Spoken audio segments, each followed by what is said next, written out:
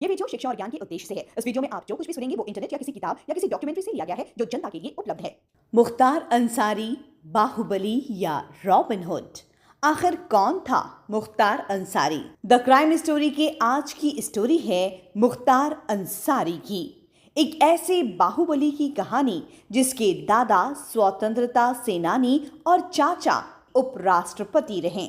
Banda jail में बंद मुख्तार अंसारी की 28 मार्च की शाम कार्डियक अरेस्ट से मौत हो गई। जेल में तबीयत बिगड़ने के बाद गंभीर हालत में उन्हें दुर्गावती मेडिकल कॉलेज लाया गया था, जहां इलाज के दौरान उनकी मौत हो गई। माफिया डॉन मुख्तार अंसारी के परिवार के बारे में जानकर लोग इस बात पर यकीन नहीं करते कि मुख्तार जैसा माफिया क्या वाकई एक प्रतिष्ठित परिवार से संबंध रखता था। मुख्तार अंसारी का जन्म गाजीपुर जिले के मोहम्मदाबाद में हुआ था। उसके पिता का नाम सुभानुल्लाह अंसारी था। गाजीपुर में मुख्तार अंसारी के परिवार की पहचान एक प्रतिष्ठित राजनीतिक खानदान की है। 17 साल से ज्यादा वक्त से जेल में बंद मुख्तार अंसारी के दादा डॉक्टर मुख्तार अहमद अंसारी स्वतंत्रता सेनानी थे। गांधी जी के साथ काम करते हुए वो 1926-27 में कांग्रेस के अध्यक्ष भी रहे। मुख्तार के पिता सुभानुल्लाह अंसारी गाजीपुर में अपनी साफ सुथरी छवि के साथ राजनीति में सक्रिय रहे थे। भारत के पूर्व उपराष्ट्रपति हामिद अंसारी रिश्ते में मुख्तार अंसारी के चाचा लगते थे। एक मामले की सुनवाई के लिए मुख्तार अंसार को यूपी की बांदा जेल से पंजाब की रोपड़ जेल भेजा गया था। इसके बाद वो लंबे समय तक वहीं था। यूपी में बीजेपी सरकार बन जाने के बाद मुख्तार वापस नहीं आना चाहता था। उसे यूपी लाए जाने के लिए दोनों राज्यों की सरकारों के बीच खींचतान चली। मामला सुप्रीम कोर्ट तक जा पहुंचा। सुप्रीम कोर्ट ने सुनवाई के बाद उसे यूपी शिफ्ट करने का फरमान सुनाया।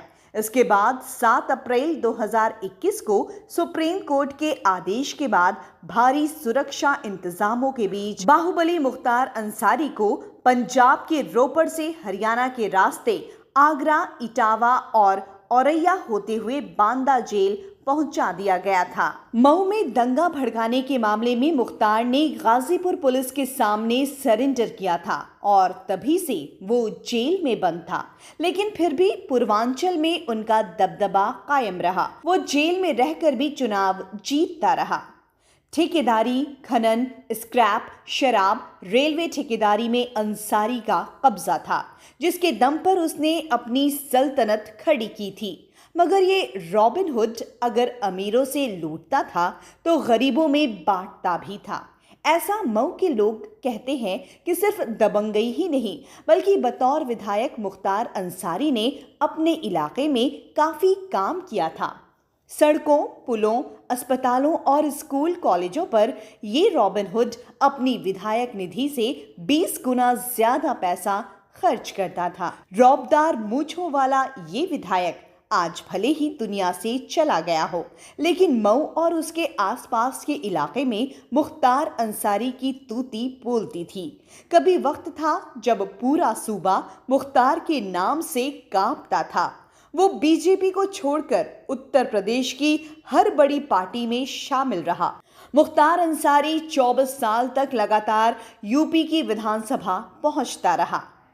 एक तरफ जहां सालों की खानदानी विरासत है तो वहीं दूसरी तरफ कई संगीन इल्जामों से घिरा था माफिया डॉन मुख्तार अंसारी, जिसने अपने परिवार की शानदार विरासत पर धब्बा लगा दिया। 1996 में बीएसपी के टिकट पर जीतकर पहली बार विधानसभा पहुंचने वाले मुख्तार अंसारी ने 2002, 2007, 2012 और फिर 2017 में भी मऊ से जीत हासिल की।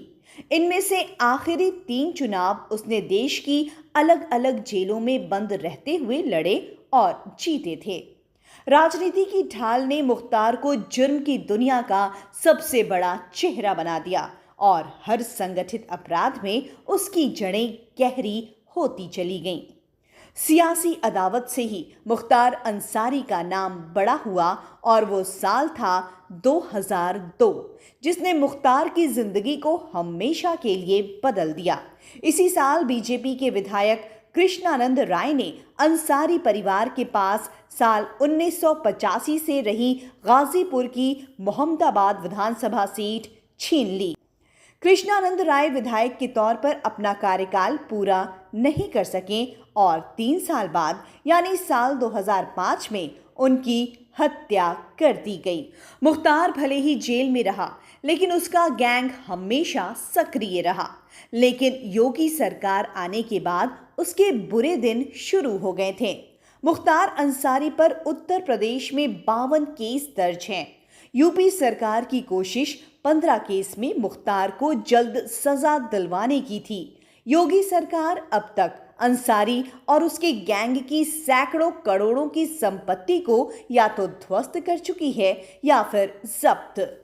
मुख्तार गैंग की अवैध और बेनामी संपत्तियों की लगातार पहचान की जा रही है। मुख्तार गैंग के अब तक करीब 100 अभियुक्त गिरफ्तार किए जा चुके हैं, जिनमें 75 गुर्गों पर गैंगस्टर एक्ट में कार्रवाई हो चुकी है।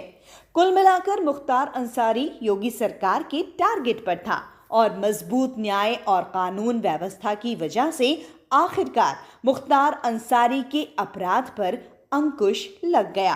क्राइम से जुड़ा अगर आप भी कोई मैसेज देना चाहते हैं तो द क्राइम स्टोरी को सब्सक्राइब करें और कमेंट करें। द क्राइम स्टोरी के आज के इस एपिसोड की समाप्ति के साथ आप सभी को नमस्कार।